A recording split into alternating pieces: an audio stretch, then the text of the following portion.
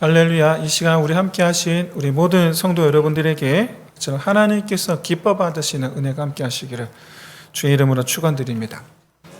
제가 이제 올해로 목사 안수를 받은 지 이제 14년째가 되었습니다. 목회는 이제 전도사 때부터 하면 이제 목회는 18년째 현재 이제 목회하고 있습니다. 좀 많이 하지 않았나요? 이쯤 되면 우리나라 교회가 어쩌고 저쩌고, 목사님들 어쩌고 저쩌고, 성도들이 어쩌고 저쩌고 할 만큼 되지 않았나요?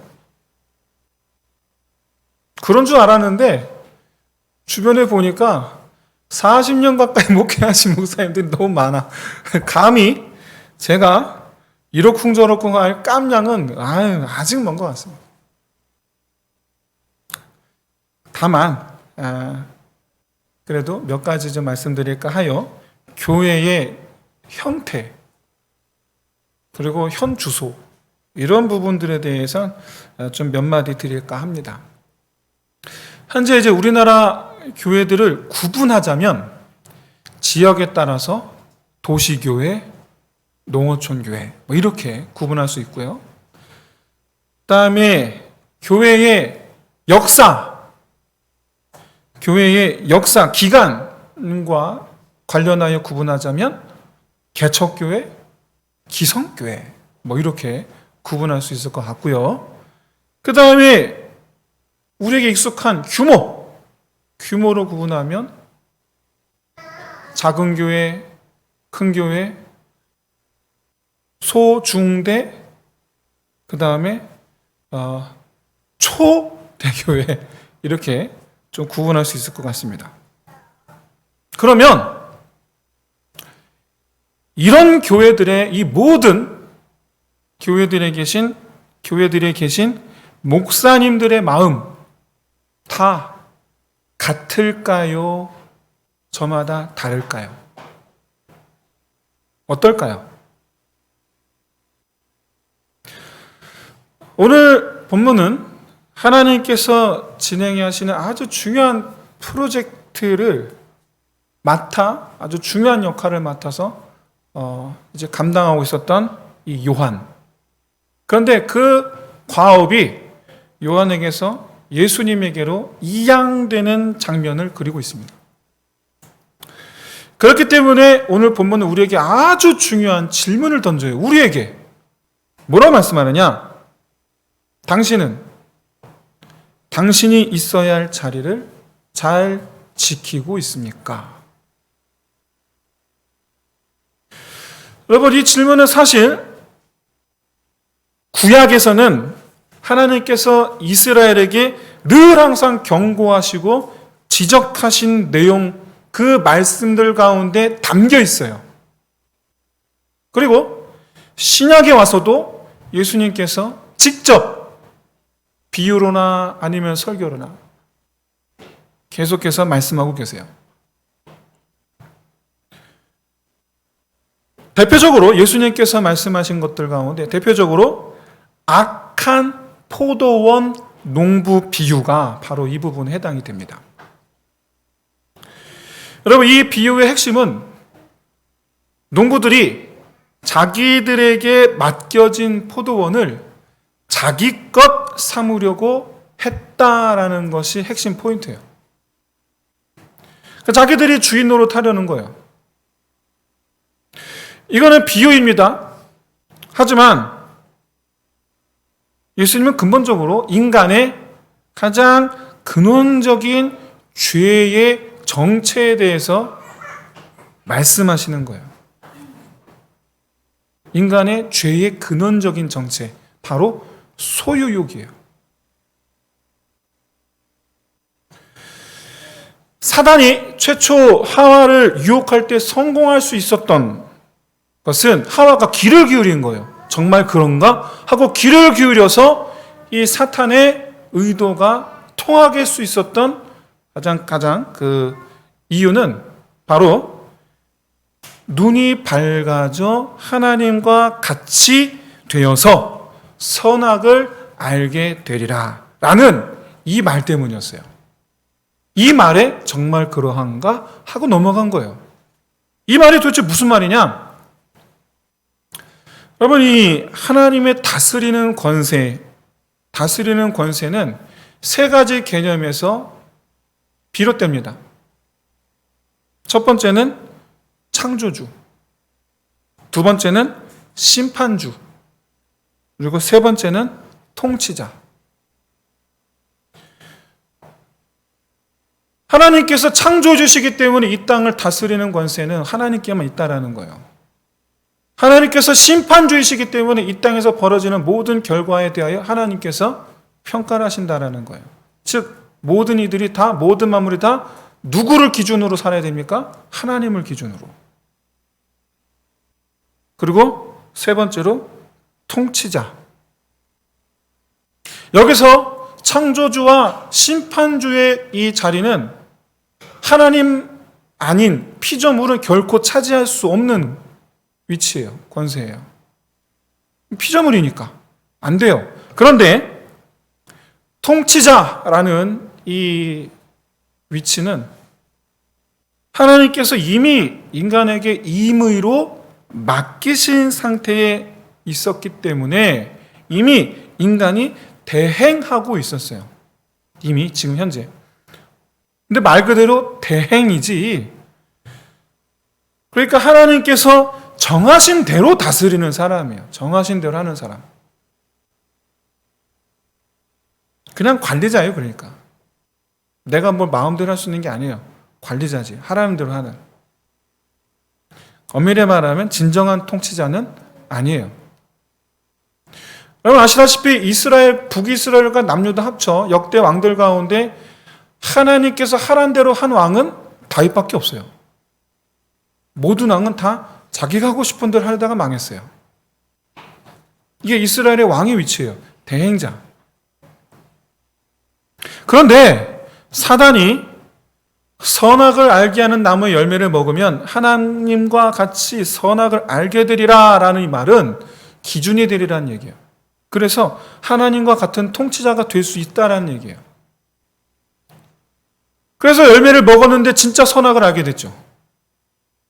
어떻게 됐습니까? 자기가 선악을 알게 됨으로 말미암아 자기가 죄인이 되었다라는 걸 알게 된 거죠. 결과적으로 이들은 하나님의 거룩한 땅에서 쫓겨나게 됩니다. 자기들이 주인 노릇하려는 시도를 했다가 쫓겨났다. 여러분 어디서 많이 본 구조와 내용이지 않아요? 바로 예수님의 악한 포도원 농부 비유예요. 이런 이 구조와 이런 내용은요, 성경에서 계속 반복됩니다. 이스라엘에게서 발견할 수 있죠. 하나님께서 이스라엘에게 가나안 땅을 주셨다라는 점들에 대해서 많은 분들이 말 그대로 소유로 주셨다. 그럼 진짜 하나님 말씀하셨고 네 소유로 삼으리니 말씀하셨거든요. 그러니까 그럼 우리 거, 내 거 된 걸로 그렇게 이해를 해요. 그래서 가나안 정복이라는 이 개념을 어떻게 이해하냐면 내 것 삼는 기회로 생각을 해요. 하지만 하나님은 여호수아와 이스라엘 군대가 요단강을 건너 드디어 가나안 땅을 향해 나아가는 그 첫 걸음에서 뭐라 말씀하십니까? 나타나셔서 내 발에서 신을 벗으라. 내가 선 곳은 거룩하니라. 여러분 이 거룩이라는 표현은 하나님의 소유란 표현이에요. 하나님의 소유. 여러분 이게 이 자체가 거룩한 게 아니에요. 이건 그냥 공장에서 찍어 만든 거잖아요. 근데 이걸 왜 거룩하다고 합니까? 하나님의 것이 되었으니까.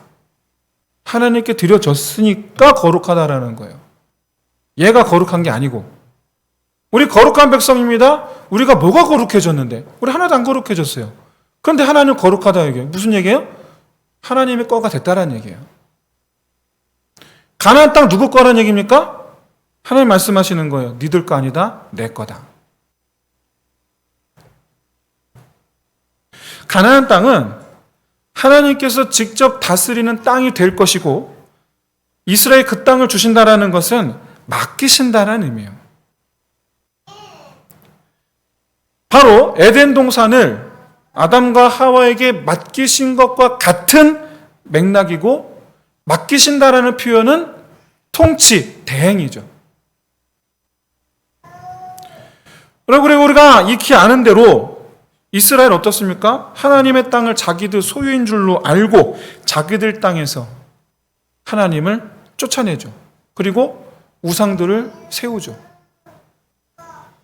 바로 예수님께서 말씀하신 악한 농부들이에요. 그러니까 예수님께서 그 비유를 하신 것은 구약의 과거 이스라엘이 행했던 일을 가지고 비유로 말씀하신 거예요.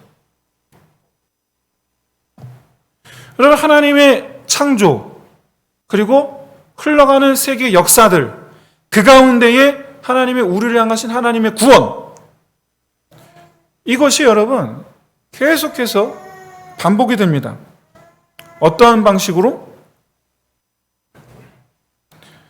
인간의 본성이라고 부르는 죄, 소유욕, 바로 그 소유욕과의 전쟁을 하는 방식으로 반복이 돼요. 하나님께서 이기시면 하나님 나라가 부흥하고, 우리 안에 죄의 소유욕이 하나님의 그 은혜를 이기면 우리는 다시 타락하고, 계속해서 끊임없이 반복해온 역사가 지금의 역사예요.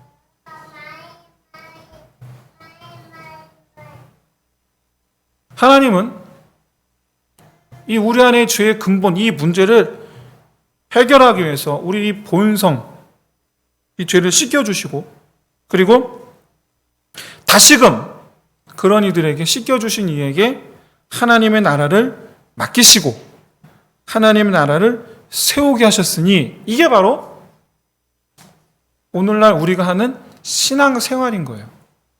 이게. 여러분, 신앙생활은 교회 다니는 게 신앙생활이 아닙니다. 하나님께서 맡기신 것을 감당하는 게 신앙생활입니다. 우리 안에 소유욕을 이기고 하나님의 것을 하나님의 것 되게 하는 삶, 그게 신앙생활입니다. 오늘 보면은 하나님께서 하나님의 나라를 맡은 자의 모습이 이러해야 된다라는 것을 보여주시는 그런 장면인데, 누구를 예로 삼아 보여주십니까? 세례 요한이죠. 세례 요한. 요한은요, 예수님께서 등장하시기 전까지는 정말 그야말로 수많은 사람들이 따르는 리더였어요. 이게 무슨 말이냐? 존경과 사랑, 그리고 기대를 한 몸에 받는 인물이었어요.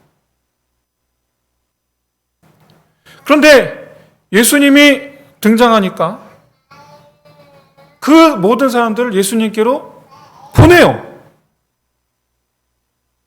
자기가 받던 존경과 사랑, 기대, 모든 것을 예수님께 양도한 거예요.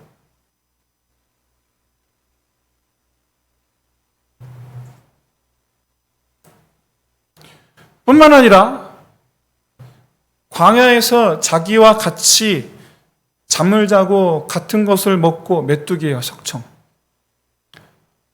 그러면서 잘 훈련시켜 놓은 제자들, 내가 씨를 뿌려 놓은 제자들, 이 제자들을 예수님께로 보내요.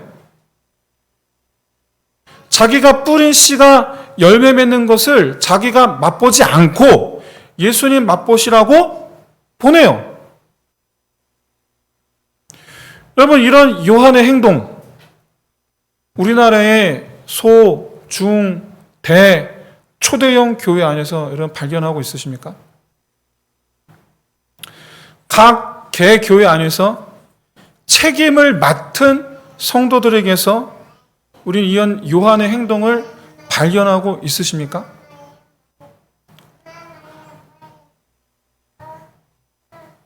무엇보다 오늘 본문의 요한의 그 마음, 자기의 그 모든, 자기를 따르는 모든 이들과 자기가 그동안 씨를 뿌려놓고 잘 자라기만을 기다리고 있던 제자들을 예수님께로 보낸 그때의 요한의 마음, 그 마음이 여러분 어땠을까요? 어땠을까요? 내가 다 해놨는데.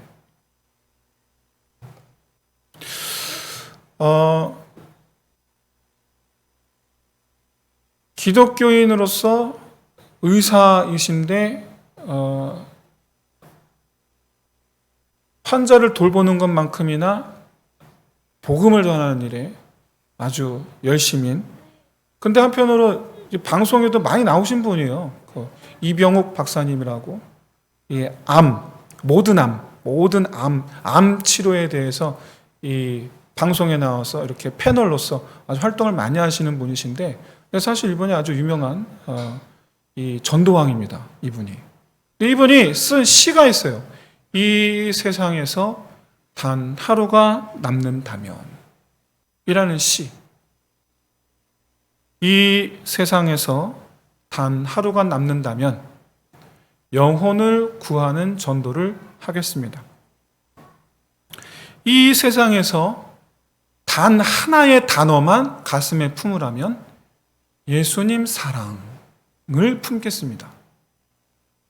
이 세상에서 단 한마디만 하라라고 하면 예수님은 나의 구주라고 말하겠습니다. 이 세상에서 단 한 사람과 길을 걸으라면 예수님과 걷겠습니다. 이 세상에서 단 하나의 물건을 가지라면 예수님을 전하는 전도지를 갖겠습니다.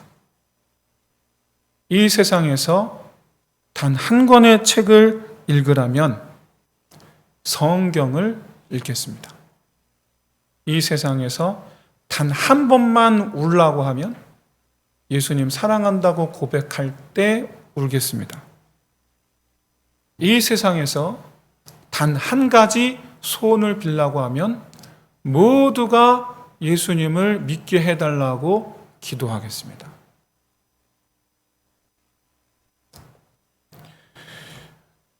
요한에게 있어서 그가 이루어낸 모든 것은 예수님에게 드리려고 준비한 것들이에요. 처음부터.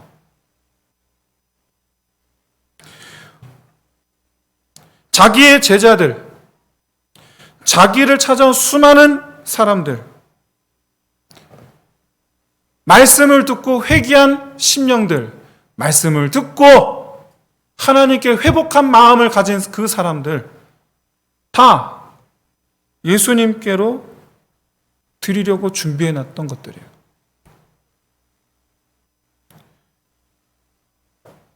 그러니까 예수님에게 이양하는 것, 이양해 드리는 것들이, 전해 드리는 것 자체가 요한의 소망이었던 거예요. 바라기는 도시교회, 농어촌교회, 작은 교회, 큰 교회, 개척교회, 기성교회, 모든 교회들에 계신 목사님들과 성도 여러분들의 마음이 다 이와 같기를 주의 이름으로 축원드립니다. 내가 누리려고 교회 다니는 게 아니에요. 드리려고 다니는 거예요.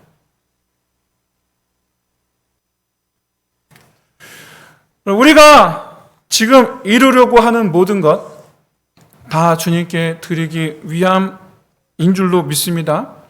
이렇게 주님께 드리려고 주신 삶을 사용한 사람, 그게 요한이고 그게 오늘 이 시간 저와 여러분 되시기를 주의 이름으로 축원드립니다. 어떤 분은 예수님에게 자기의 모든 것을 드린다라는 것에 대해서 거부감을 가지실 수도 있어요.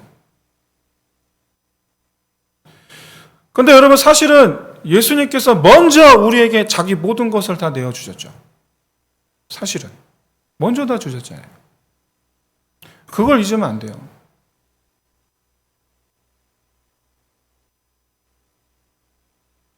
하지만 예수님에게 나를 드린다는 건 정말 어려운 일이죠. 그건 맞아요. 그러면 주님께서 도대체 내게 뭘 주셨는지를 깊이 생각해 볼 수 있으시길 진심으로 소원합니다. 얼굴에 아주 심한 화상을 입어서 완전히 다 일그러진, 한쪽 완전히 뭉그러진 그런 얼굴로 숨어 살고 있는 한 노인이 있으셨어요. 자식들은 다 결혼해서 가정을 이루었는데 모두가 다 자녀를 낳고도 한 번도 아버지를 찾지 않았어요. 자기 아들, 딸들에게 자기 아버지를 보여주고 싶지가 않았어요. 그래서 손자, 손녀들 한 번도 본 적이 없어요. 그렇게 흘러서 어느 날 아버지가 돌아가셨다라는 소식을 듣게 됩니다. 그래서 장례를 치르기 위해서 소식을 접한 자녀들이 다 시골집을 찾아왔는데 동네 어른이 이렇게 말씀하는 거예요. 네 아버지 생전에 꼭 자기 화장하지 말고 꼭 묻어달라 라고 간곡하게 부탁을 하더라 라고 동네 어른이 말씀해 주시는 거예요. 근데 묻으면 찾아와야 되잖아요. 이렇게 귀찮은 거예요, 그게. 그래서 그냥 화장했어요. 그리고 유품을 다 정리하는데 태워야죠, 어떡합니까? 하나하나 꺼내서 태우는데 거기에 책에 비망록이라는 제목으로 써있는 노트가 하나 나온 거예요. 그래서 이게 뭐지 하고 훑어봤는데 아버지가 쓴 일기였어요. 그래서 같이 모여서 한 장 한 장 읽기 시작했는데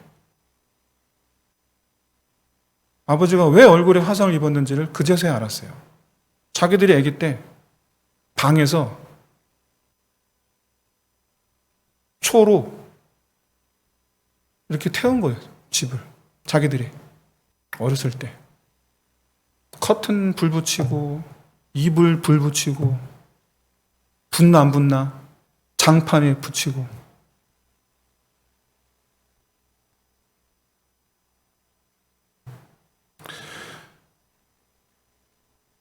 아주 오래전에 돌아가신 어머니에게 남긴 글과 자기들에게 남긴 글도 있었어요.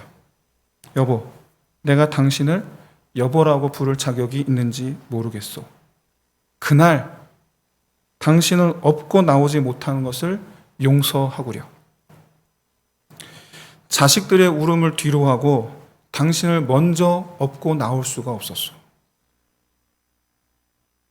사랑하는 내 아들, 딸들에게 평생 너희에게 아빠 노릇 한 번 못 해주고 가는구나. 염치 없지만 한 가지 꼭 부탁하고 싶은 것이 있다. 내가 죽거들랑 절대로 화장을 하지 말아다오. 평생 밤마다 불에 타는 악몽에 시달리며 오늘까지 죽지 못해 살았단다.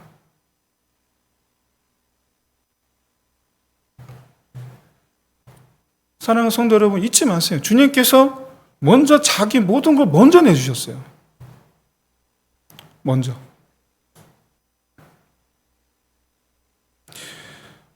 요한은 이런 은혜를 받지 못했습니다.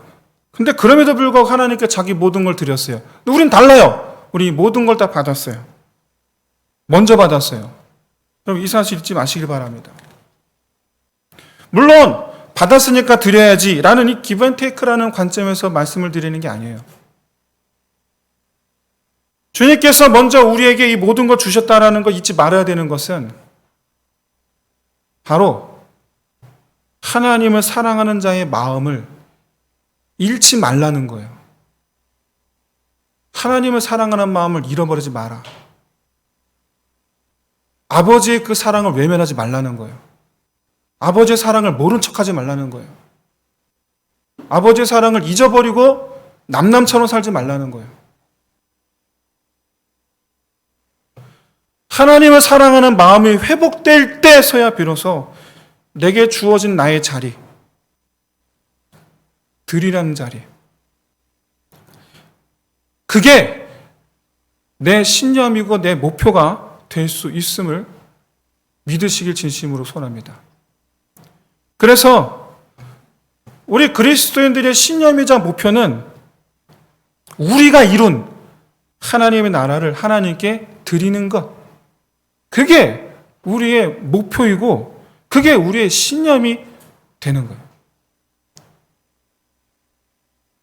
하나님께서 원하시는 것을 위해서 사는 삶, 그게 드리는 삶인 줄로 믿습니다. 나 하고 싶은 대로 사는 삶이 아니라 하나님께서 원하시는 삶. 여기는 다 부모된 분들입니다. 결혼하기 전에 어떠셨어요? 우리 하고 싶은 대로 살았습니다. 근데 부모가 되고 나니 어떻습니까? 자녀를 위해서 살죠. 여러분, 지금 우리 다 자녀 위해서 살고 있잖아요. 자녀를 위해서 우리 시간을 사용하고 있고, 자녀를 위해서 우리 돈을 다 사용하고 있고, 자녀를 위해서 잠잘 시간도 아끼지 않고 있잖아요. 우리는 지금 누군가를 위해서 살고 있어요. 사랑하는 성도 여러분, 주를 위해서 사는 저와 여러분 되시기를 주의 이름으로 축원드립니다. 내게 모든 걸 내어주신 하나님의 소원, 모르는 척하거나 아니면 전혀 알지 못하는 그런 인생 되지 마시고 그 하나님의 소원을 이루어 드리는 것을 삶의 지표로 삼는 저와 여러분 되시기를 진심으로 소원합니다. 이제 말씀 마치겠습니다. 우리가 있어야 할 자리는 주인의 자리가 아니라 맡은 자의 자리, 종의 자리, 드리는 자의 자리인 줄로 믿습니다. 우리 주인 되신 주님께서 맡기신 것을 잘 다스리고 잘 관리하고 오히려 더 많은 것을 남겨서 주님께 돌려드리는 그런 충성된 하나님 사람이 되시기를 주의 이름으로 축원드립니다. 우리 시간 이를 위해서 우리 함께 찬양하며 함께 기도합시다. 주인 되신 주